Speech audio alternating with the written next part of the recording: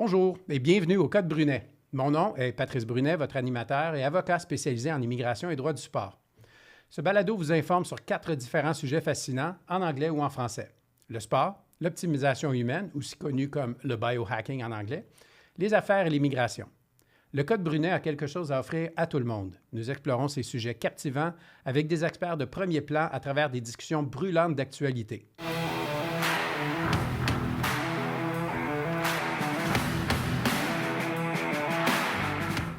Bonjour à tous et bienvenue au Code Brunet. Mon nom est Patrice Brunet et aujourd'hui, je reçois Daniel Guillemette, le président de Diversico Finances Humaines Incorporées, un cabinet de services financiers d'envergure nationale qui prend soin de la finance et des humains. On va surtout parler de ça. On s'est rencontrés récemment en discutant de gestion d'entreprise, puis j'ai été marqué par son approche bienveillante et axée sur l'humain dans la gestion. Dans un monde où la santé mentale prend de plus en plus de place et étant moi-même dans une démarche de gestion bienveillante, j'ai arrêté la conversation et j'ai dit à Daniel, « Faut que je t'invite sur mon podcast. » Alors, bonjour Daniel, merci d'avoir accepté mon invitation. Dis-moi, parle-moi un petit peu de ton background là, rapidement, tes études, tu as fait ça à l'Université Sherbrooke. Exact. Parcours maîtrise de fiscalité à l'Université de Sherbrooke.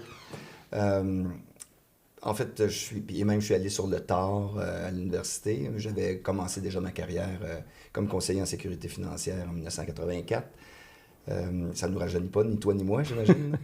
Et puis, je suis plus jeune, je demeure plus jeune que toi, oui. C'est moi qui gagne.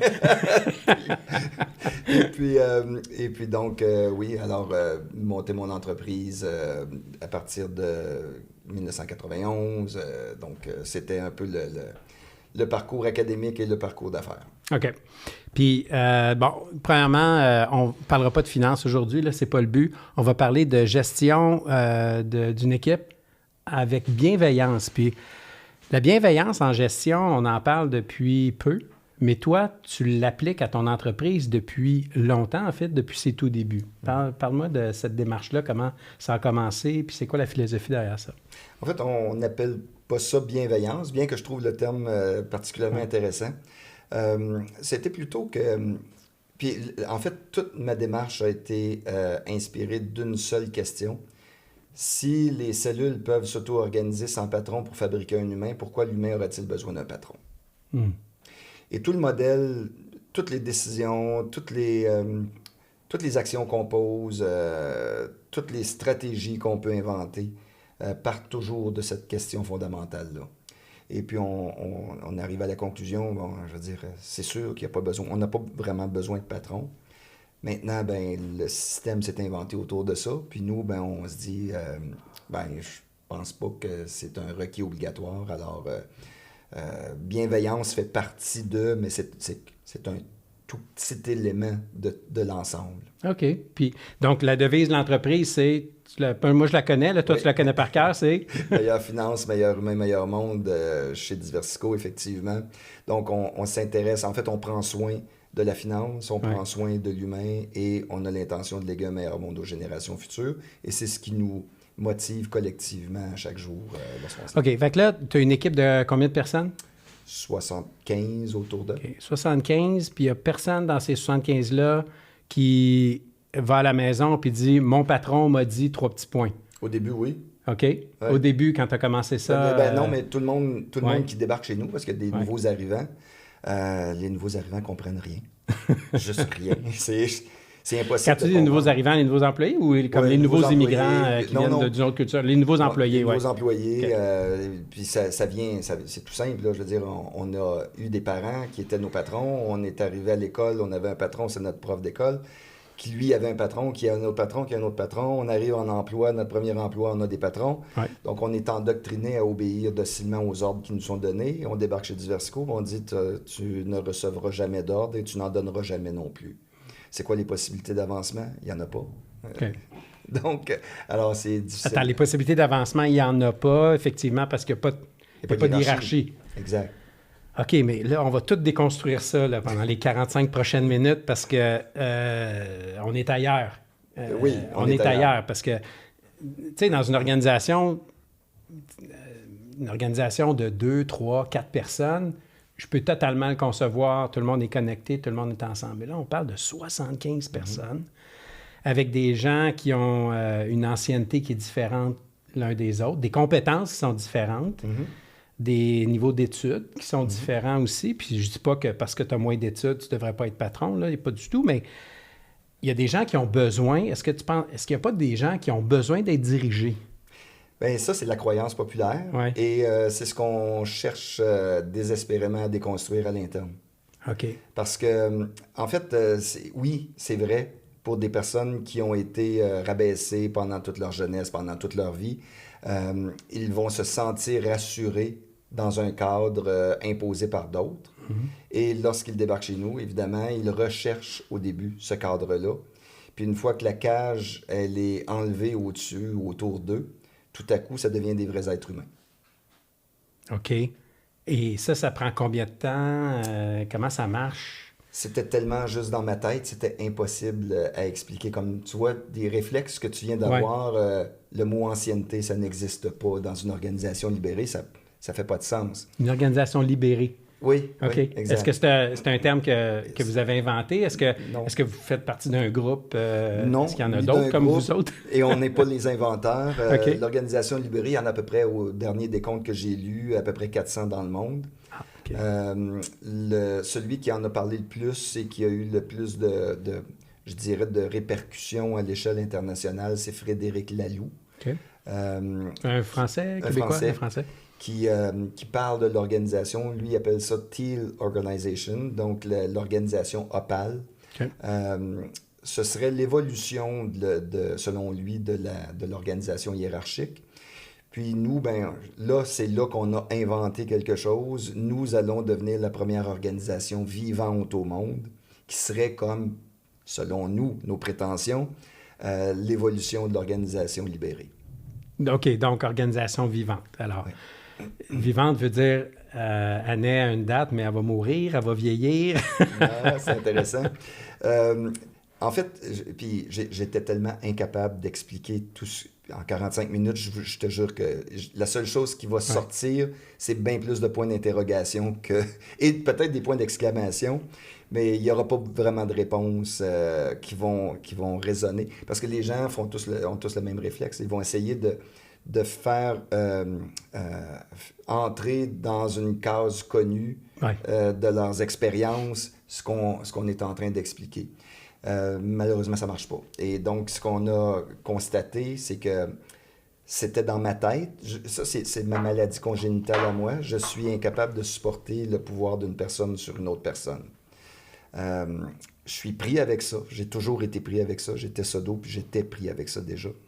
Et puis, quand j'ai voulu monter mon entreprise, puis c'était dans mon plan 50 ans, je ne pouvais pas imaginer un scénario où il y aurait un boss puis des serviteurs. C'est comme, je ne pouvais pas l'imaginer comme ça. Ça ne veut pas dire que ça ne marche pas, ce système-là. Ça ne marche pas pour moi. Je comprends. OK? Et donc, j'ai cherché désespérément des manières de bien expliquer ce que j'avais en tête. Personne ne comprenait rien. Jusqu'au point où, à un moment donné, j'ai engagé une artiste-chercheur qui fait un triple doctorat sur, entre autres, l'un des thèmes, c'est les cultures d'organisation.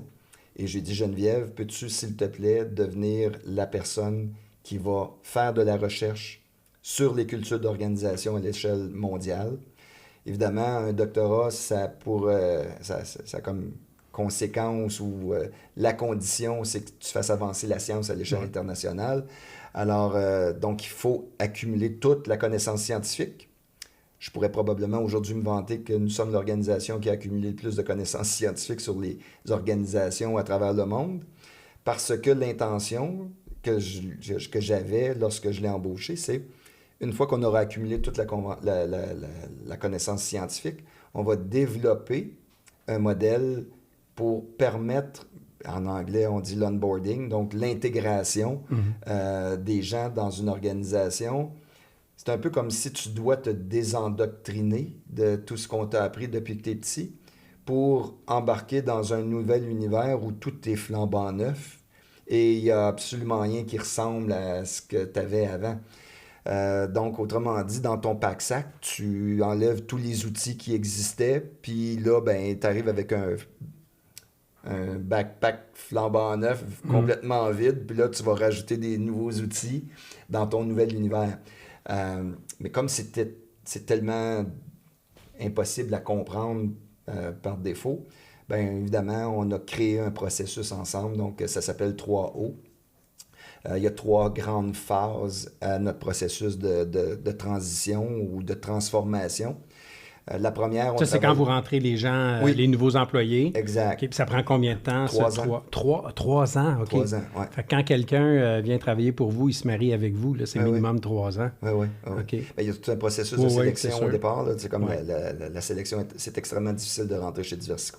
OK. Mais une fois que tu y es rentré, évidemment, là, il y a le processus donc, qui est en 3 phases. La première étant, on travaille sur le jeu, puis c'est comme une façon de se préparer à pouvoir parler au nous.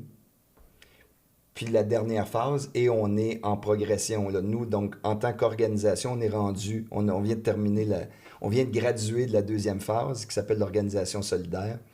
Et là, se diriger vers l'organisation vivante, qui est la dernière phase. Et là, on parle, chaque personne crée des connexions un peu comme en 3D, là, comme si tu avais comme une matrice en 3D. Où, en réalité, l'intention, c'est que chaque personne parle au nom de l'organisation plutôt que juste au nous. Tu sais, comme nous, ça peut être nous deux. Mm-hmm. Ouais. Puis, dans la dernière phase, c'est nous. Mais, Diversico. Ben, Non? c'est plus que ça. OK. Nous, la planète. OK. Je vais en entendre plus sur ça. Vas-y. Ben, il faut dire, j'ai 7 enfants, j'ai 16 petits-enfants. S'il y a une personne sur la planète qui est intéressée à léguer un meilleur monde aux générations futures, probablement que j'en fais partie. Et puis, pour moi, léguer un meilleur monde aux générations futures, ça veut dire léguer un monde meilleur que celui que j'ai reçu quand je suis né. Ouais. Donc, on a des intentions, je dirais, planétaires. Puis... tu sais, j'ai rien contre les dictateurs, mais personnellement, je serais incapable de vivre dans le même environnement qu'un dictateur, évidemment. Et j'ai plus peur d'un dictateur pour la fin du monde que j'ai peur d'une comète qui s'écrase sur la Terre. Mm. Alors, si on est capable par nos actions, par qui on est, tu parlais de bienveillance tantôt, donc nous sommes bienveillants, les gens parlent d'indice de bonheur, nous... Ça fait depuis toujours que c'est mesuré et que on en prend soin pour vrai. Alors, l'intention, c'est vraiment léguer un meilleur monde aux générations futures et c'est ce qui nous habite au quotidien. OK. Écoute, c'est formidable comme objectif, puis d'avoir cette vision-là que tu partages avec 75 personnes qui eux-mêmes vont être des ambassadeurs de ce meilleur monde-là. Quand ils retournent dans leur famille ou dans leur entourage, est-ce que tu entends parler de certaines résistances ou de difficultés de transmettre la bonne nouvelle, si on peut se permettre l'expression? C'est renversant. En fait, je me le fais raconter constamment. Là, j'avais un souper de famille où j'avais un souper avec des amis. Puis là, les gens disent, ben voyons donc, pas de patron. Ça marche pas, là. Il y a quelqu'un qui colle la shot, c'est sûr. Puis là, tu vois, les gens ont de l'intérêt. Tu sais, ouais. Je regarde ta face. D'ailleurs, c'est ce qui t'a amené à m'inviter. Ben oui. C'est de la curiosité. Qu'est-ce que c'est, cette bébite-là? Ah oui, moi, j'ai aucun préjugement. Au contraire, je suis tellement curieux parce que ça peut nourrir aussi ma réflexion. Puis le but, évidemment, de faire le podcast, c'est d'allumer certaines réflexions auprès des auditeurs. Puis peut-être pas de prendre le modèle puis de le transposer parce que chaque organisation est différente. Puis ça doit se faire par étapes. Mais effectivement, je suis très, très curieux. Ah, ces fins de semaine-là où les gens ont des conversations de nos employés chez nous. Puis, tu sais, c'est fréquent, là. Est-ce qu'ils prennent des personnes chez Diversico, on voudrait rentrer là? Tu sais, comme les gens me le disent constamment. Puis pas juste parce qu'ils arrivent dans une organisation pas de boss. Non, c'est ça. Mais c'est un gros facteur. Ouais. Et en particulier pour les jeunes générations. Mm-hmm. Faut dire que lorsque tu as atteint un stade dans ta carrière où tu es rendu avec du pouvoir, c'est comme tu as des avantages à avoir du pouvoir, c'est un peu difficile de t'imaginer que ce serait meilleur pour toi d'abandonner ça pour aller trouver autre chose que ça. Puis souvent, malheureusement, ce qu'on oublie, c'est que le pouvoir, c'est une forme d'auto-esclavage. Oui. Et quand on réussit à s'en libérer, c'est phénoménal l'énergie que tu réussis à découvrir. Parce que c'est plus toi qui prends les décisions. C'est chaque cellule est souveraine, autonome, prend ses propres décisions. Sinon, les décisions se prennent en groupe. Sinon, on crée un commando. Sinon, on crée une charrette Grundsatzfragen sans réponse. Ça, tu comprends rien de ce que je viens de te dire, c'est pas grave. Mais c'est Tu te parles en allemand, là? C'est oui, ça? c'est un mot OK. allemand, effectivement. Qui, dans le fond, qui vient de questions existentielles. OK. D'ailleurs, c'est une profession en Allemagne. Un directeur Grundsatzfragen, là, c'est une profession. Sa job dans la vie, c'est de se poser des questions existentielles du matin au soir. OK. Venant d'une des grandes nations de philosophes. Oui, exact. Et donc, ça fait partie, nous, de notre processus décisionnel. Évidemment, c'est la source d'innovation ou de résolution de problèmes ultimes. Parce que c'est la plus longue, c'est la plus coûteuse en temps, en énergie. Mais n'importe qui dans l'organisation peut lancer une charrette. OK. Parce que là, on parle beaucoup de philosophie d'entreprise, de gestion des ressources humaines. En fait, on ne parle pas de gestion, c'est plutôt les cellules qui s'organisent entre elles. Donc, ce n'est pas un terme, je pense, qui est utilisé à l'interne pour vous, la gestion des ressources humaines. Mais vous avez des clients à vous occuper, là. Vous avez des objectifs à rencontrer. Le client qui appelle le matin, il faut qu'il se fasse rappeler l'après-midi. Qu'est-ce qui arrive quand il y a quelqu'un qui échappe la balle? Ça, c'est intéressant. Bien, le premier réflexe qui nous vient quand on ne comprend pas ce qui se passe dans une organisation libérée, c'est absence de hiérarchie veut dire anarchie, ce qui est exactement l'opposé. Parce qu'on a plus de processus dans une organisation libérée qu'il peut en avoir dans une organisation hiérarchique. Je comprends. Puis la raison, c'est comme ça que tu libères le patron, en fait, au point où tu n'as plus besoin de patron. Exact. Ouais. Puis les êtres humains, ce qui les intéresse, c'est comment je peux être plus efficace. Donc, automatisation, innovation, standardisation, processus structuré, organisé, nous permet d'être dans l'exécution plutôt que de réfléchir à chaque fois comment on va faire la nouvelle prochaine affaire, prochaine action. Ouais. Donc, il y a énormément de processus et justement, le cerveau collectif est activé pour créer des processus qui vont alléger la tâche pour faire en sorte que chaque personne il a toujours envie de donner plus de valeur, d'apporter une plus grande contribution. D'ailleurs, c'est dans nos valeurs, justement, audace est la première, contribution est la deuxième. Donc, tout le monde est intéressé à donner plus de valeur, évidemment, à l'organisation. Puis, une des manières, c'est d'organiser davantage ton quotidien pour pouvoir exécuter, puis après ça, pour pouvoir inventer à nouveau, puis créer, puis innover. OK, là, on est dans le monde des Calinours, il y a des arcs-en-ciel, tout est beau, mais bon, ça fait longtemps que tu es en affaires, tu as créé ça en quoi, 91? OK. Il y a des moments où ça a moins marché. Bon, vas-y, là, je veux t'entendre là-dessus. Bien évidemment, tu comprendras, quand on invente, la première valeur, c'est audace. Oui. OK? Donc, tu as été audacieux pour inventer ça. Oui. Ouais. Bon. Donc, on est dans l'invention. Invention veut dire faire des erreurs. Ouais. Il y a plusieurs années, je ne me rappelle pas quelle année, mais ça fait plusieurs années, à un moment donné, j'avais un groupe de collaboratrices avec moi. Il était une vingtaine. Et puis, je leur avais demandé dans la salle, là, cette année, nouveauté, si c'est correct pour vous, j'aimerais que vous fassiez chacune une erreur critique suffisamment grave qui pourrait nous amener au bord de la faillite. Pour vrai, chacune d'entre vous. Pour vrai. Exact. Chaque année, OK. Veuillez en faire chacun une au moins. Donc, cette année, on devrait... Mais pas tout le monde ensemble. Si c'est ça, ce sera ça. De toute façon, on peut aller juste une fois en faillite. Oui, c'est ça. Bon. Et donc, l'intention, il y en avait plusieurs dans ma réflexion. La première, c'est si on veut devenir sur le podium, si on veut aller sur le podium, le premier podium aux Jeux olympiques, il faut s'érafler les genoux souvent. Mm-hmm. Donc, pratiquons notre capacité à tomber et à se relever. Plus on apprend, plus on tombe, plus on se relève vite. Mais ça m'étonne que, excuse-moi de t'interrompre, je vais te laisser finir l'expérience, mais tu sais, moi j'aurais tendance à dire, faisons des échecs, mais des petits échecs fréquemment, plutôt que des échecs critiques.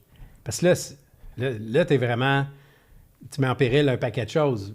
Je veux pas faut pas que ça soit des décisions guidées par la peur, mais est-ce que, si on prend l'exemple de l'Olympien, il ne va pas se ramasser à descendre un col en France à 120 km/h quand il sait qu'il peut risquer sa vie. Il va descendre vite, puis il va peut-être faire exprès pour tomber à 20-30 km/h pour voir c'est quoi le feeling de s'érafler, mais après ça, ça va... Mais je vais te laisser expliquer. Ouais. Mais tu vois, la réaction que tu as présentement, c'est exactement la même. Il y en a une gang qui m'ont dit « Daniel, es-tu malade? » Ah, mais j'ai pas dit ça. Non, mais eux autres, oui. Oui, je te jure. Mais je suis intéressé de voir c'est quoi le résultat. En fait, la première intention, c'était « Devenons l'entreprise la plus agile au monde ». En fait, ça, c'était avant que je lance la phrase. Choc, OK? J'avais fait la déclaration « Nous allons devenir l'entreprise la plus agile au monde ». Ça, c'était une déclaration. Donc, après ça, qu'est-ce que tu fais une fois que tu as fait une déclaration? Il faut que tu mettes en place des actions qui vont dans la direction de ta déclaration. Sinon, c'était des paroles en l'air comme n'importe qui. Oui, puis il y en a beaucoup qui en font. Il y en a beaucoup qui en font. Puis ça fait pas partie de mon bagage, moi, de faire ça. Donc, alors, la première chose, c'était faites des erreurs graves. On s'aime tellement, si jamais on doit aller en faillite, on repartira d'autres choses ensemble, de toute façon. OK? Je viens d'une famille pauvre, alors l'argent aujourd'hui, demain, après-demain... Des fois, t'en as moins. Exact, je ne suis pas attaché à ça.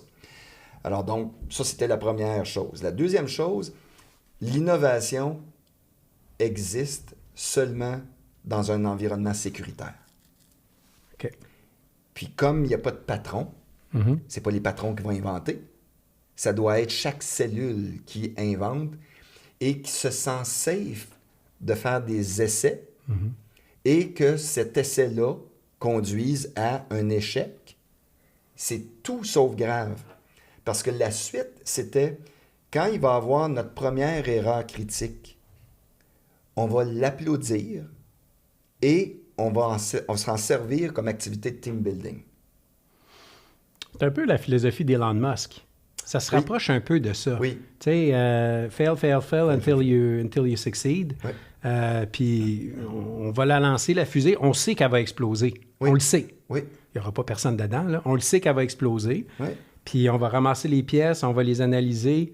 Puis après ça, ça va être un succès. Oui. C'est pas le lancement avec succès qui est un succès. Éventuellement, il faut que ça le soit. Oui. Mais les premiers... Je pense qu'il aurait été déçu si sa première fusée était partie puis avait eu du succès. Il n'aurait rien appris, c'est ça. Ouais. Donc, toi, tu conditionnes ton équipe à apprendre en accéléré en leur livrant la commande, en leur demandant la commande de faillir. Et ce qui est drôle, c'est que c'est jamais arrivé. Ah, OK. Ils en ont fait des erreurs. Mais à chaque fois... Mais pas critique au point où... Elles ne se qualifient pas. Ouais. Donc, mais ça, c'est on décevant. n'est pas capable de les applaudir. Décevant. Exact. Il n'y a personne qui a reçu d'applaudissements parce qu'il n'y a personne qui nous a amenés, malgré qu'on a eu une très mauvaise année pour la première fois, puis on vivait, quand tu parlais de Kalinours, on vivait dans un pays d'arc-en-ciel et de Kalinours. Vraiment, là, c'est un conte de fées, ma vie...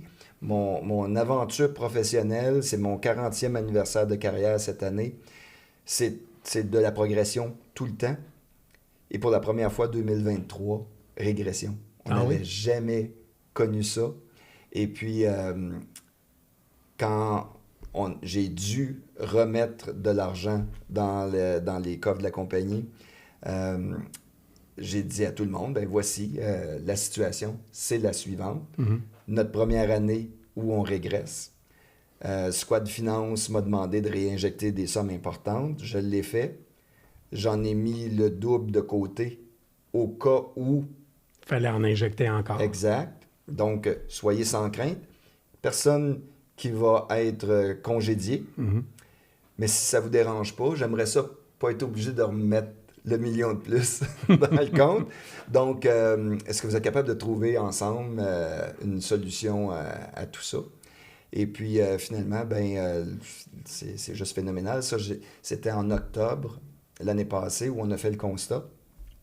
Et puis, la progression est de 300% depuis, au niveau des ventes. Tu as dû sentir une grande vague d'amour en te libérant aussi puis en le partageant, parce qu'il y a combien de propriétaires d'entreprises qui vont avoir des difficultés financières puis qui vont simplement l'intérioriser, pas le partager parce que pour eux, c'est une honte, alors que les employés veulent le savoir.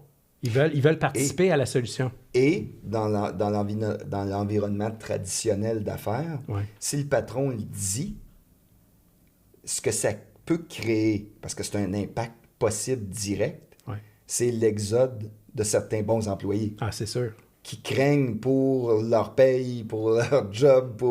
Alors, s'ils n'étaient pas à l'écoute avant, ben là, tout à coup, ils peuvent tomber à l'écoute maintenant.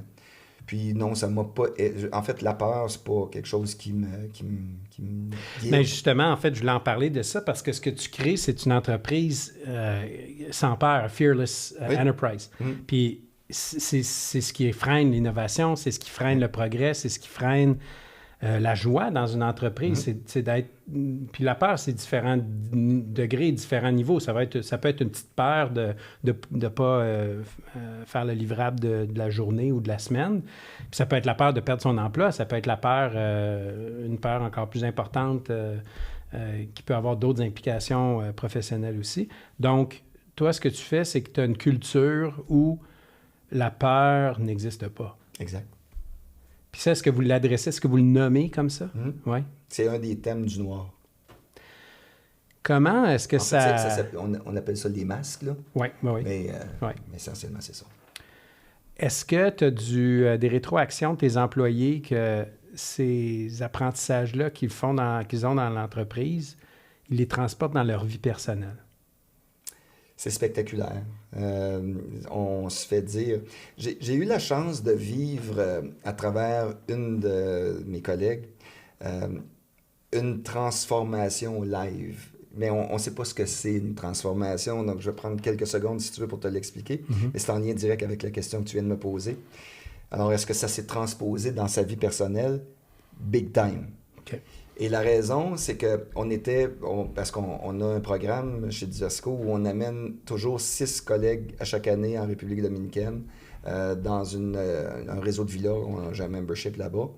Et donc, on part, chacune a sa suite, on se fait accueillir avec l'hélicoptère. Toutes les bosses? Toutes les bosses, exact, c'est ça, oui, exactement. Mais comment vous les choisissez, les 6, là? En fait, c'est une mission. Donc, on part avec Squad Capital Humain qui s'occupe de l'indice de bonheur, puis de tout le... Fait que vous avez une équipe Squad Capital Humain, une équipe qui est dédiée aux ressources humaines, finalement? Oui, exact, c'est en plein ça. Par contre, évidemment, dans une organisation libérée, c'est presque exclusivement de la proaction et pratiquement pas de réaction. Il y en a un peu quand même, mais bon. Alors, donc, ce programme-là, on amène 6 personnes là-bas. Puis, parce qu'on a une mission qu'on veut développer, qu'on veut lancer, on a un projet... comme je me rappelle, par exemple, 2022, c'était créer le premier groupe de tisseurs de liens durables. OK. Chez Diversico. OK? Du networking, là. Des tisseurs de liens durables. Je savais que tu allais me corriger, que c'était pas ça. Dans l'organisation vivante. Oui, c'est ça, exactement. Donc, à l'intérieur de l'organisation vivante. Puis là, finalement, ils se sont autodéclarés des architectes relationnels. Puis, donc, comprends-tu? Mais tu vois, ça commence par, on veut développer ça. Parce qu'on veut que ça devienne contaminant, non seulement pour ceux qui sont déjà là, mais pour ceux qui vont arriver. Devenir un tisseur de liens durables, c'est un beau défi, là. OK? Fait que là, donc, il fallait inventer comment y arriver. Puis, donc, à travers ce processus-là, évidemment, on entre dans... C'est comme... On entre dans l'individu creux, là. Oui, okay? Puis des points sensibles aussi. Oui, exact. Puis évidemment, la mission qu'on accomplit là-bas, on s'en va là-bas pour travailler, on s'en va là-bas pour se connaître, pour connaître les autres, accepter les différences, Tu parles de la République dominicaine, oui, là, exact. le Donc, groupe de 6. dans la mission, là, c'est tout le temps ça qu'il y a. OK. Puis évidemment, on a du fun aussi, là. Mais à l'intérieur d'une activité, il y en a une dans le groupe qui s'est littéralement effondrée. OK. Partie en vrille, là, un peu comme si elle était tombée d'un avion à 10 000 pieds. Puis je pense qu'elle ne savait même pas si elle avait un parachute dans le dos. Wow. Puis là, nous autres, on s'était tous auto-entraînés à ce que ça puisse arriver. Mais c'était juste théorique, tu sais, comme on avait des connaissances scientifiques qui nous permettaient de croire que c'était possible que ça arrive. Et on s'était tous entraînés à, si jamais ça se produit, excusez-moi, tu fermes ta gueule. Tu dis pas un mot. Tu laisses la personne descendre en vrille. Puis à un moment donné, quand elle va reprendre ses esprits, elle va lui ouvrir le parachute. Et c'est exactement ce qui s'est produit.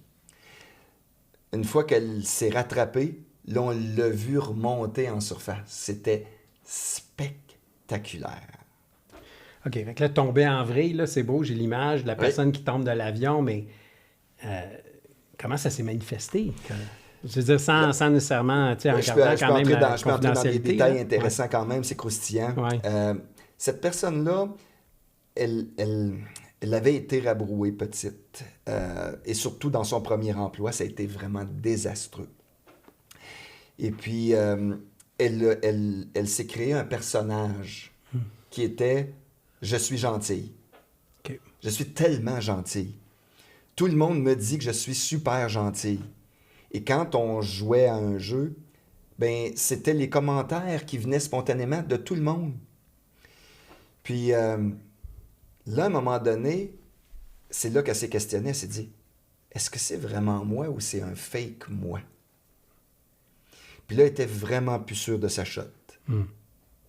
Et quand elle est remontée, sa crainte en remontant, c'était, mes amis, est-ce que c'est des vrais amis?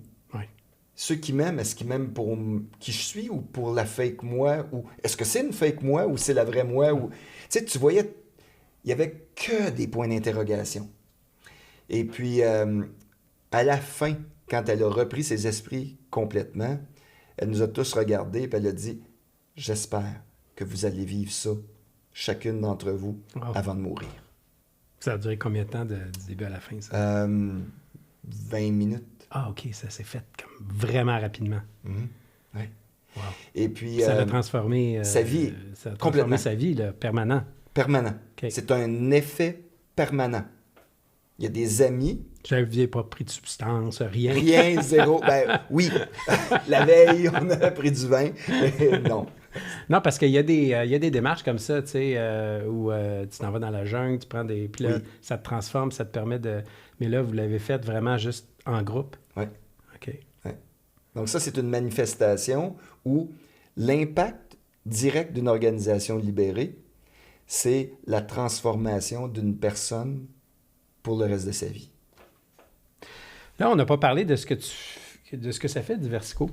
Ah, cabinet de services financiers, c'est plusieurs cabinets de services financiers. Okay. En fait, mon plan d'affaires en 93 que j'avais écrit, c'était de faire de la croissance par acquisition. OK. Puis, j'ai pas beaucoup de qualités, mais une de celles que j'ai, c'est que quand je décide quelque chose, c'est sûr que je le fais. Et donc, je l'ai fait. Alors, on est devenu le cabinet qui a acheté des cabinets de services financiers à répétition. Je pourrais être déclaré un acquéreur en série, je ne sais pas si ça existe, mais on en a plus qu'une centaine de faits dans notre histoire d'entreprises qu'on a achetées au fil du temps. Puis on est devenu extrêmement bon à acheter, intégrer. Oui, bien en fait, si justement tu as un processus d'intégration avec une philosophie d'entreprise puis une culture d'entreprise qui est monolithique, appelons-la comme ça, là, qui est unique. Elle ne va pas au gré du courant des nouvelles personnes que tu intègres à l'équipe. Quand quelqu'un rentre, voici le moule, qui a quand même des paramètres qui semblent assez larges quand même. Les gens ont le droit d'exprimer leur personnalité. C'est la recette du bonheur, ça, pour pour une organisation de service. Oui. Ben oui, en fait, tu vois, puis on l'illustre comme ça. Tu sais, comme on a, nous autres, une rencontre culture à pré-embauche. OK? Puis là, on explique, voici qui on est. Écoute-nous comme il faut, mais tu comprendras rien. Et, ce processus-là vise justement à déterminer l'intérêt de la personne pour ce que c'est. Ouais. Et on illustre ça comme tu es une cellule qui se joint à un organe déjà vivant, souverain, autonome, fonctionnel à 100%, et tu viens apporter une contribution supérieure à ce que tu vas venir tirer de l'organe. Chaque cellule a cette préoccupation-là. Ouais. Tu viens contribuer davantage. Parce que, demain, si c'était l'inverse qui se produisait, ben, on comprend que l'organe finirait par mourir, puis assez rapidement. Ouais. Donc, tu dois arriver avec l'intention de contribuer davantage que ce que tu viens consommer dans l'organe. Et une fois que c'est bien compris, c'est vraiment efficace, là. Puis des cellules, si on prend ton analogie de cellules, de temps en temps, vous avez peut-être intégré des cellules cancéreuses. Qu'est-ce qui se passe avec ça? Comment ça, c'est quoi votre démarche? C'est comme dans le corps. Hein? Un corps étranger, là, ouais. Il se fait rejeter ou il s'auto-éjecte. Okay. Ou bien il grossit, c'est rapide. Ou bien il grossit tellement qu'il n'y a pas vraiment d'option. Il n'y a pas d'option. Vous le surveillez ça. En fait, on ne le surveille pas parce que, tu sais, le mot, tu as utilisé le mot gestion tantôt. Puis à un moment donné, tu t'es toi-même auto-repris un peu. Nous, on n'a pas besoin, quand je dis nous, c'est toute l'organisation, on n'a jamais besoin de se préoccuper de ça. C'est ça, parce que vous gérez ça par petits groupes de cellules qui eux-mêmes vont décider d'intégrer ou d'éjecter, c'est ça? Le foie décide ce qui est bon pour le foie. Ouais. OK? Donc, à partir du moment où il est en train de s'apercevoir qu'il y a une cellule qui est en train de contaminer les autres, il va dire « Oh, oh, oh ». Alors, comment ça se passe dans le concret? Tu sais, là, je parle par image, mais comment ça se passe dans le concret? Bien, s'il y a justement un membre qui ne fit pas vraiment, il faut dire que le processus de sélection est tellement rigoureux. Oui. Et après... Vous vous trompez peu. On se trompe peu. Ouais. La personne que Capital Humain a dit « Oh, wow, on pense avoir trouvé la 8e merveille du monde », elle va être présentée à l'escouade qui a besoin d'aide. Et c'est l'escouade et la personne qui vont devoir se choisir. OK. OK? Donc, c'est l'escouade qui décide de ton intégration, mais c'est l'escouade qui décide de ton rejet également. OK? Et donc, comment ça va se manifester? Bien, l'escouade, à un moment donné, va dire, écoute, malheureusement, cette personne-là nous cause plus de soucis que de bienfaits. Mm-hmm. Donc, il y a un appel qui est fait à Capital Humain. Capital Humain va appeler en renfort squad légal, va appeler en renfort squad finance, et les conversations vont avoir lieu, puis la personne va se faire offrir gentiment d'aller se trouver un environnement ailleurs. Il y a dans la formule de gestion classique, il va y avoir une première rencontre, après ça, il y aura un avis verbal, après ça, il y aura un avis écrit, il peut y avoir des mesures disciplinaires, puis éventuellement le renvoi. Est-ce que vous suivez à peu près la même structure ou ça se fait de façon plus organique? La réponse est oui, parce que, évidemment, il y a des lois. Oui. Donc, on part d'un cadre juridique. C'est pas parce encore une fois, qu'on est sans hiérarchie, qu'on est anarchique. Donc, on ne marche jamais sur la ligne jaune. Ouais. Point. OK? Tout est toujours fait dans les règles, toujours. Cependant, quand l'escouade nous dit « ça marche pas », bien, je veux dire, elles ont déjà leur dossier monté. Ouais. C'est comme, elles ont déjà... Ils ont déjà passé à travers ces étapes-là. C'est exact. La personne, on ne la prend pas par surprise. Là. Non, exact. Alors, quand ça vient aux oreilles de... Tu sais, comme... Puis, ça nous est déjà arrivé à quelques reprises. La première intervention du Squad Capital Humain, ça va être de chercher à découvrir ce qui n'a vraiment pas fonctionné et de, si c'est possible, trouver des correctifs avec l'escouade et avec la personne. Mais la plus grande manifestation de ce que c'est une organisation vivante, bien libérée en tout cas, on n'est pas encore vivante, mais et reste bien assis sur ta chaise, là, une escouade qui est responsable des opérations. Il n'y a pas plus critique dans une organisation de service. Vous avez ça? Oui, Oui. squad d'opération. Oui. OK? Et puis, cette escouade-là est responsable de toutes les transactions qui n'ont pas rapport aux nouvelles affaires, mais aux opérations sur les contrats en vigueur. Chez Diversico, on a 100 000 clients. OK. Il y en a des opérations. Oui. OK? Alors... Tu as besoin d'avoir un bon processus. oui. Et cette escouade-là était dans une situation où il y avait 2 membres que ça fonctionnait vraiment pas avec tout le reste. Puis, ils ont demandé à Capital Humain. Capital Humain a essayé d'aider, ils ont proposé des exercices. Après un certain temps, ils ont encore relevé la main, puis ils ont dit non, ça marche pas, ça marche pas.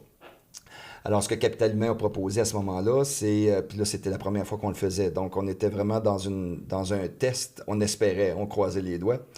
On a proposé, on a suggéré de voter individuellement sur est-ce que vous choisissez la réparation à succès ou la rupture à succès. OK. OK? Chacun doit choisir A ou B. Ça, c'est l'équipe ou l'employé concerné? Chaque personne de son escouade, incluant les 2 personnes qui devaient sortir. OK. OK? Mais aussi les autres. OK. OK? Si vous choisissez réparation à succès, c'est unanime. Tout le monde vote pour réparation à succès. Et là, on va rajouter toutes les ressources du monde pour que ça marche. Parce que là, quand on choisit réparation, à la fin, le résultat, c'est réglé. C'est ça. Si vous choisissez rupture à succès, ou s'il y en a une ou un dans tout le groupe qui choisit rupture à succès, tout le monde perd son emploi lundi. Tout le monde? Tout le monde. OK. Parce que il ne peut pas avoir de rupture à succès si Mais là, tu les condamnes à réparer parce qu'il n'y a personne. Non, parce qu'il y en a une qui a choisi rupture à succès et tout le monde a perdu son emploi. Ah. Oui.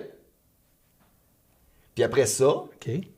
ce que ça a généré, c'est, bon, ben maintenant, vous perdez votre emploi, vous allez être congédié éventuellement, puis il va y avoir une période de transition. C'est comme ça qu'on l'avait comme expliqué. Il va y avoir une période de transition, puis soit qu'on vous remplace tous, ou que vous trouvez qui est l'avatar que ça prend dans Squad d'opération. C'est qui la personne parfaite dans cette escouade-là? Puis là, après ça, ben tout le monde qui se qualifie comme avatar va être repassé dans le processus de... OK, donc tout le monde démissionne, puis après ça, on repart le processus. Quand tu dis un avatar, je comprends C'est pas. comme le personnage parfait. OK. C'est quoi le profil? Le profil, on enlève les noms, ouais. Puis on fait juste regarder les caractéristiques. Je comprends. Pour qu'une personne soit épanouie, heureuse, performante, excitée à tous les matins, à chaque fois qu'elle rentre au travail, que c'est wow, wow, wow, la vie. Donc, voilà. Alors, c'est qui cette personne-là? Puis, lesquels dans le groupe se qualifient? Puis, effectivement, il y en a 2 qui ne se qualifiaient pas et les 2 sont partis.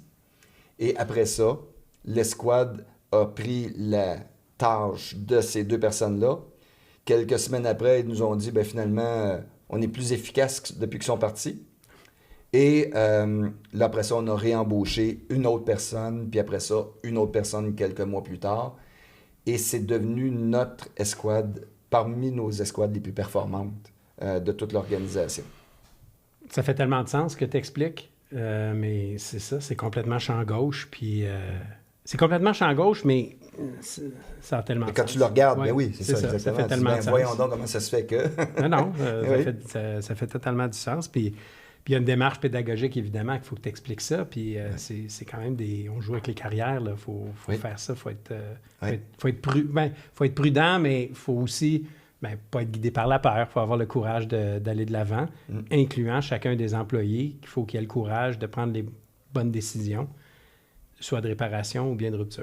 Et là, c'est là que tu vois l'importance de la communication préalable. Ouais. Tu sais, Capital Humain avait pris vraiment soin de planifier, préparer, réfléchir à toutes les étapes. Évidemment, on a eu la chance d'avoir une scientifique dans le groupe. Alors, elle nous amenait de la connaissance scientifique. Là, bon, on pourrait peut-être essayer tel truc. Et puis là, finalement, ben, ensemble, en comité, je fais partie de Capital Humain.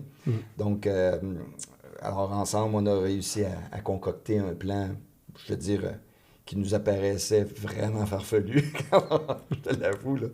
Mais au final, ça a été une bénédiction. Tu dois avoir un côté créatif qui est extrêmement développé, Daniel. C'est ton... Est-ce que c'est ton entreprise à toi à 100% ou bien si tu as des partenaires? J'ai un partenaire à 20%. Okay. Et puis, toi, t'es à 80%. Mais en fait, oui, ben, mon épouse est artiste peintre et puis, oui, je suis artiste. Je pense que les meilleurs gens d'affaires sont des personnes qui sont capables de combiner le volet business avec le volet créatif. Si t'es juste business, c'est pas bon. Si t'es juste créatif, non plus, parce que tu vas aller dans toutes les directions. Ouais. Mais les rares qui sont capables de combiner les deux, ça fait les meilleurs gestionnaires. Excuse-moi de te traiter de gestionnaire. Oui.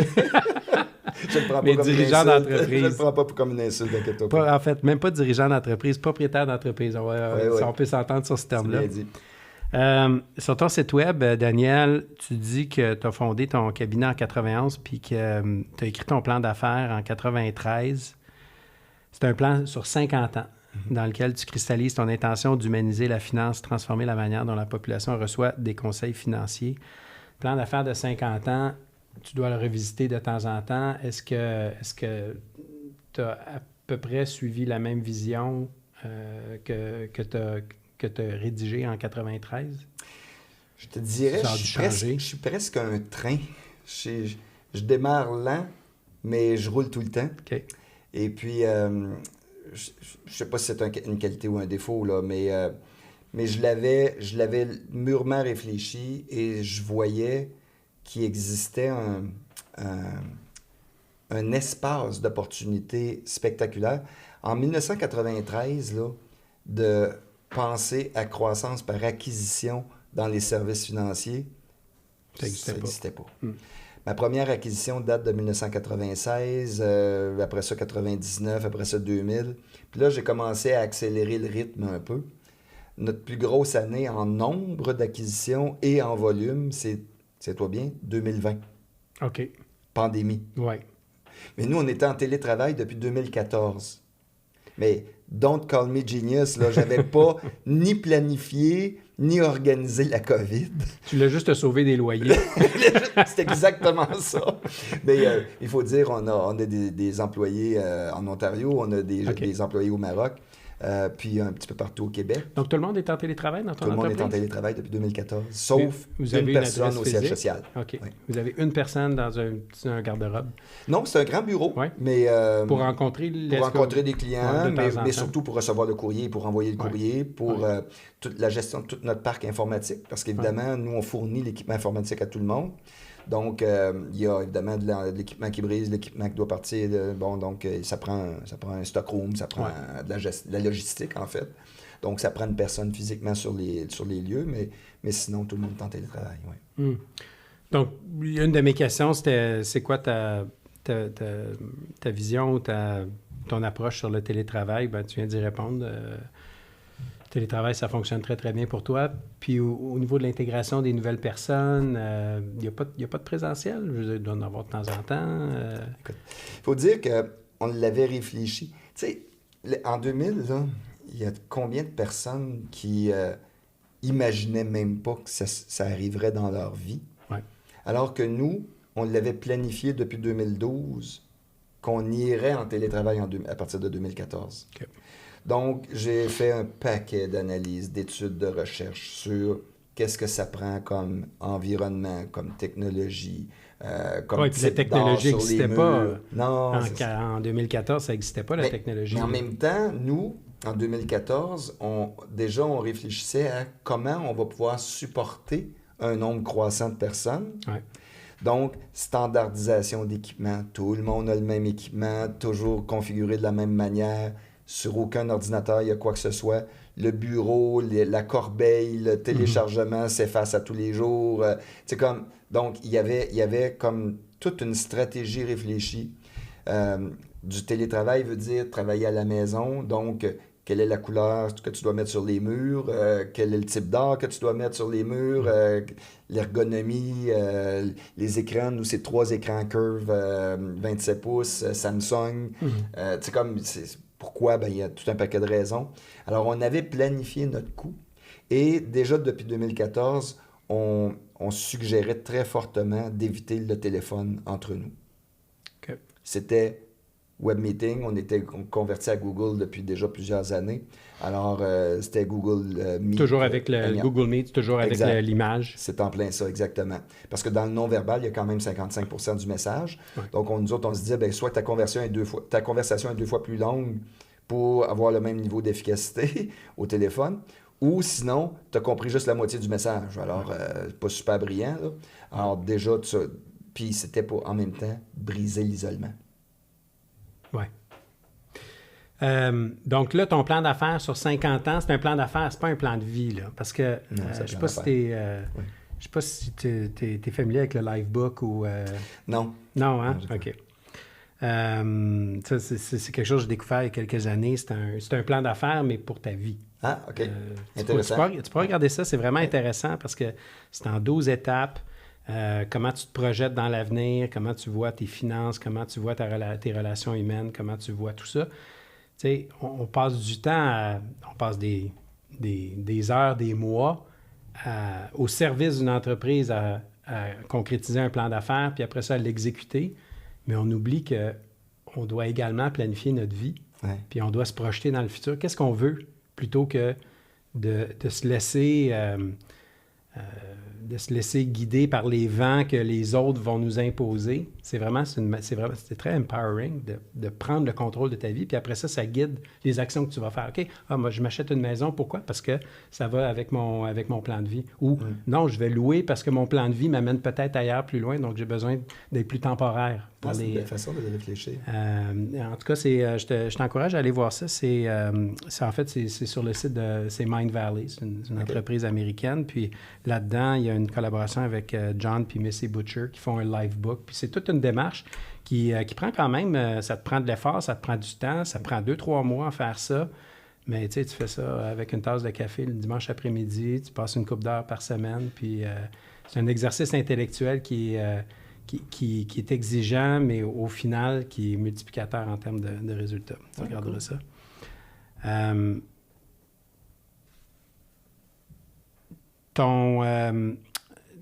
Explique un des thèmes que tu abordes, c'est l'intelligence collective. Tu parles de systèmes de cellules. J'aimerais ça t'entendre un peu plus sur ça, c'est quoi l'intelligence collective dans une organisation? Oui. C'est très difficile En fait, je vais te faire un parallèle super facile. Dans le modèle hiérarchique, c'est extrêmement difficile à déployer et à utiliser de manière efficace l'intelligence collective. Puis la raison, c'est qu'il y a habituellement une culture de peur dans le modèle hiérarchique, c'est built-in.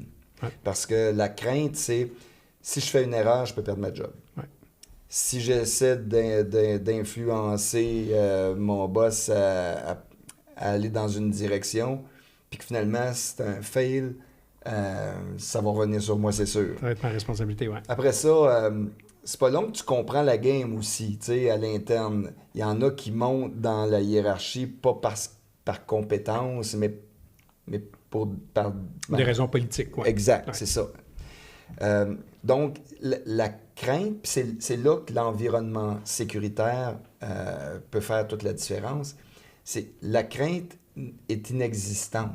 Oui, pas de peur. Donc, ce que ça permet de faire, évidemment, c'est de développer l'esprit de collaboration. Puis il faut dire que dans le processus de 3O, quand je te disais au début, on creuse le je, OK? Ça fait mal tout le long, là, pendant 1 an, là, OK? Puis la technique qu'on utilise est toute simple. C'est, je ne suis pas un gourou, on n'est pas une secte, on n'a aucune réponse. On ne sait rien. Ce qu'on fait, c'est qu'on lance des questions. Puis une fois que la question t'attrape, tu es pris avec. Et c'est sûr que ton cerveau va la faire danser over and over and over. Okay. Et c'est ça qui crée l'évolution qu'on recherche Évidemment, c'est dirigé. On connaît le thème numéro 1, pourquoi que c'est le numéro 1, puis après ça, le thème numéro 2, pourquoi et la séquence, elle a été réfléchie de manière scientifique. Mais chaque être humain va faire son processus de transformation individuellement. Puis quand on arrive dans la deuxième phase, qui est la phase de l'organisation solidaire, où là, on commence à pouvoir vraiment parler au nous. C'est que l'ego a été adressé. Tu t'es questionné. On a eu des rencontres collectives où on échange autour de l'ego. Les autres font évoluer ta propre pensée sur les questions qui t'ont été posées et sur d'autres qui sont posées collectivement. Donc, quand tu arrives dans le nous, là, tout à coup, tu as un espace. C'est un peu comme si, je pouvais t'illustrer ça simplement, là. Tu as un univers connu, puis il y a des portes que tu vois. Donc, les portes cachent des univers invisibles, mais tu peux imaginer qu'il y a quelque chose derrière la porte. Ce que tu ne peux pas savoir, c'est qu'il y a des univers invisibles, peut-être, derrière cette porte-là. Donc, il y a peut-être d'autres portes derrière. OK. OK? Et nous, ce qu'on fait, c'est qu'on ouvre la possibilité aux gens d'ouvrir des portes puis d'aller découvrir des univers qui étaient pour eux complètement invisibles, inexistants. OK?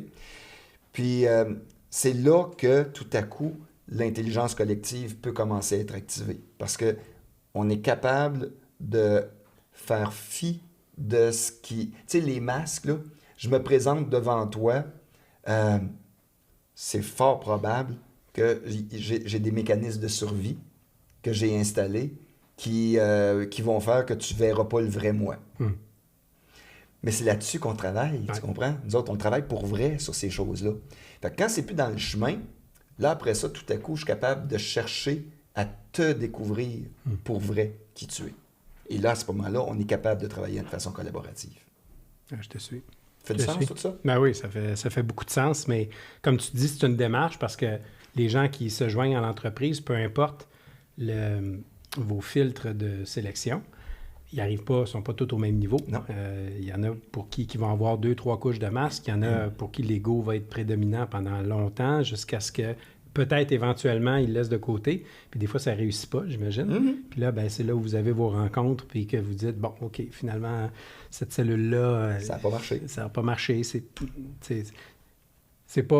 pas toi, c'est nous. Oui, mais c'est dans les faits, c'est ça. C'est ça, c'est l'organisation. Cette personne-là va être plus heureuse dans une autre organisation, ça ne lui enlève rien. Oui. J'ai des questions en rafale pour toi. Une ou deux phrases de réponse. T'es-tu prêt? Yeah. OK.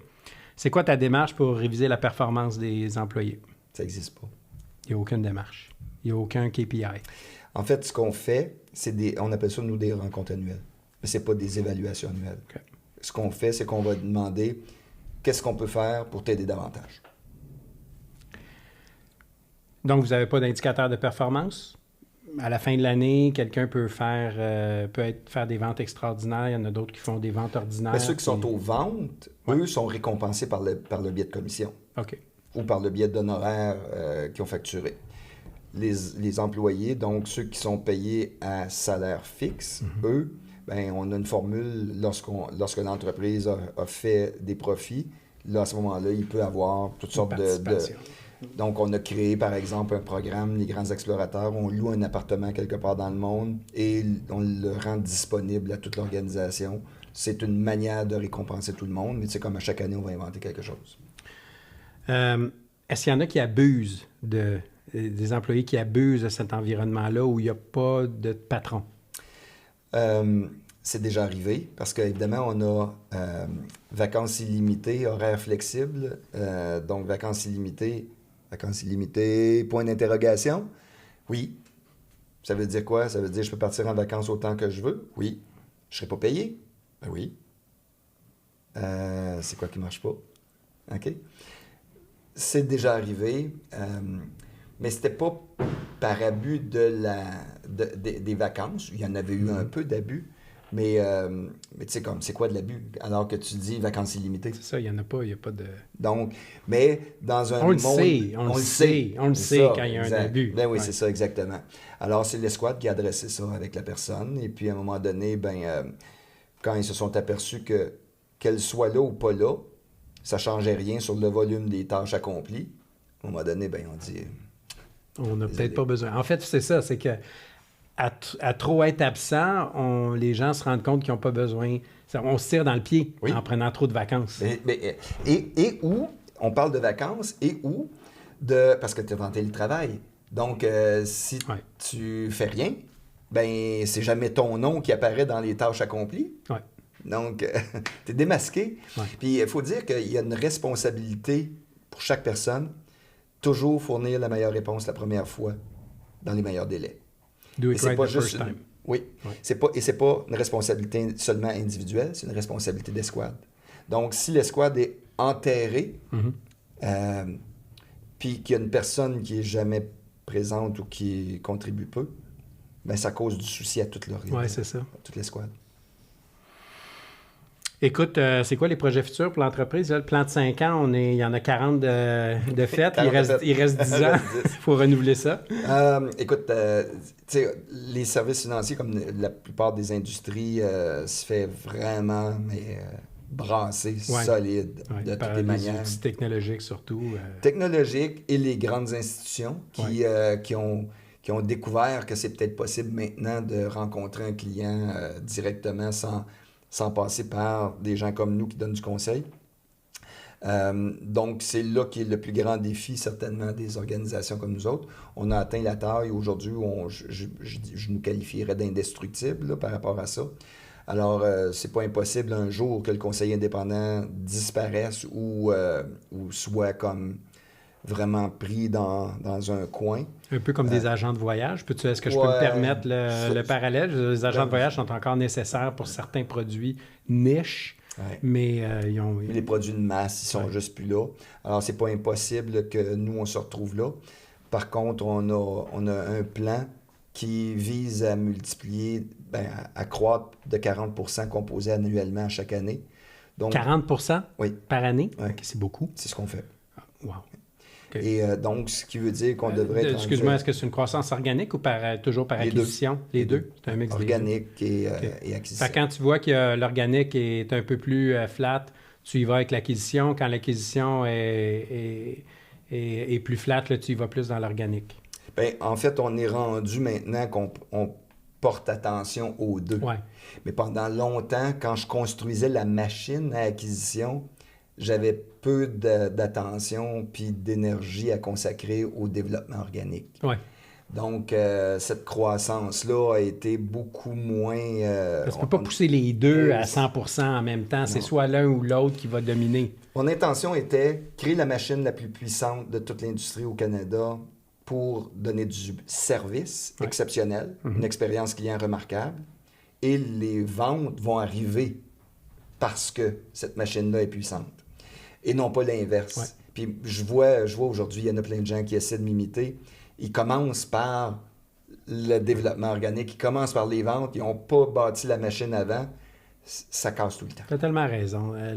Vraiment, il y a des gens qui vont dépenser des centaines de milliers de dollars en marketing, puis rends un bon service, aie un système qui est streamlined, ait le bon prix, puis les clients vont venir. Je veux dire, le bouche à oreille va se faire, ça va se faire naturellement.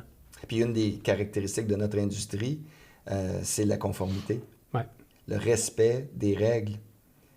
On a créé notre technologie parce qu'il n'existait aucun système qui nous permettait de se sentir confortable en ce qui concerne la gestion de la conformité.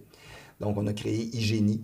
Ça s'appelle Hygiénie. Je l'ai mis en ligne en 2013 et on continue de le développer depuis ce temps-là. C'est seulement à l'interne, c'est pas pour... Il y en a quelques conseillers, des amis, des gens qui m'ont sollicité, là, qui voulaient utiliser nos systèmes, mais tu sais, j'en ai pas fait un commerce. Non, c'est ça, c'est pas un produit séparé. Exact. Là, il y a des gens qui écoutent puis qui sont en démarrage d'entreprise ou en transformation d'entreprise. C'est quoi les conseils que tu donnerais à quelqu'un qui voudrait devenir une organisation éventuellement une organisation vivante? Devenir une organisation vivante, c'est tout un défi, puis surtout si tu te lances en affaires. Ou libérer, disons. Ouais, c'est ça. Commençons par libérer. Tu vas être extrêmement excitant, mais tu vas être incapable. Honnêtement, là, je dirais, là, se lancer dans ce modèle-là en début là, d'entreprise, là, attache ta tuque. Parce que les gens qui vont arriver ne comprendront rien. Tu n'auras pas de processus. Tu n'auras pas de... Tu sais, comme processus d'onboarding, là, tu sais, comme, il faut que la personne s'auto-désendoctrine. Je ne sais pas si ça existe, là, mais là, toi, tu peux pas te préoccuper de ces trucs-là. Fait que c'est une grosse côte à monter. Il faut que tu aies atteint, je pense, un certain niveau de maturité. Par contre, philosophiquement parlant, tu peux avoir au moins l'intention de ne pas imposer tes volontés. Puis tu peux essayer de te comporter pour le faire le moins souvent possible. Tu peux même essayer de vendre que c'est ton intention. Puis il y a des gens qui vont te suivre, puis vous allez pouvoir construire ensemble quelque chose. Mais c'est un beau défi. Là. Moi, depuis 2018, que j'ai une employée à temps plein qui fait de la recherche et on s'en occupe à tous les jours. Là. Puis là, c'est en service financier. Est-ce que une entreprise de service, est-ce que c'est un modèle qui s'appliquerait, selon toi, à d'autres industries? On peut penser en construction, en enseignement, en recherche et développement. Est-ce que c'est un modèle? Est-ce qu'une organisation libérée ou éventuellement vivante pourrait répondre à ça? Il y a des industries, d'après moi, que c'est pas mal plus difficile. Puis c'est celle où tu es vraiment sur le gun. Tu parles de la construction. Oui. Il y a une soumission. Le meilleur gagne. Après ça, il faut que tu sois rentable dedans. Oui. Et ça prend quand même un certain niveau de sophistication intellectuelle, de désir de se questionner puis sur des questions fondamentales, sur toi-même, faire du travail sur toi.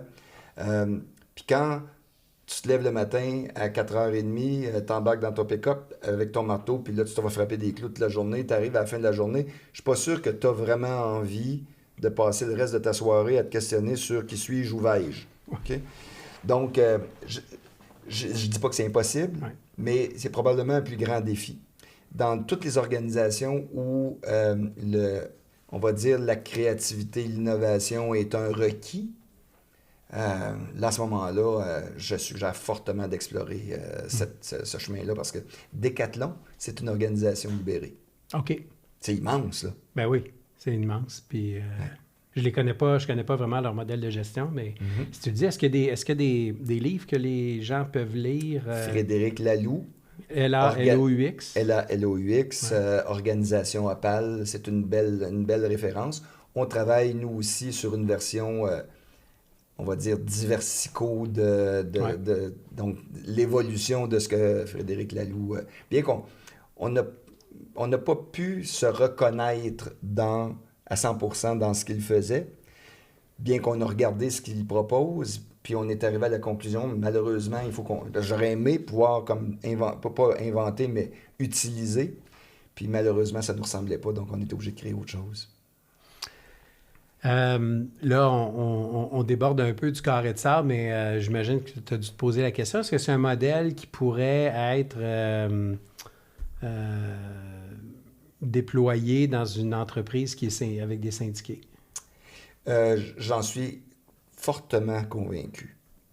Mais par cellule. Donc, on va dire une unité quand même élargie, là. Peut-être 50 membres, faire un projet pilote avec ce petit groupe-là, puis de voir comment on est capable d'augmenter leur niveau, on va dire, d'implication, d'engagement, de travail collectif, etc., etc.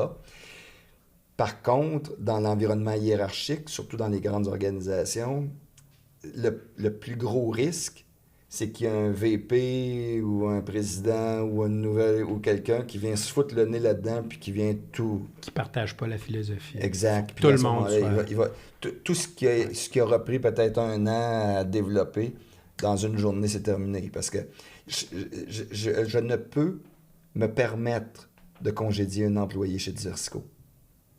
Explique-moi ça. Je suis incapable de faire ça, ne serait-ce qu'une fois. Tu vas laisser les cellules régler ça. Parce que si je le fais, tout ce que je dis depuis des années... Tu viens de le détruire. Ils vont caler bullshit. Oui. Mais tu peux le faire dans le cadre d'une cellule, mais en respectant le processus de la cellule.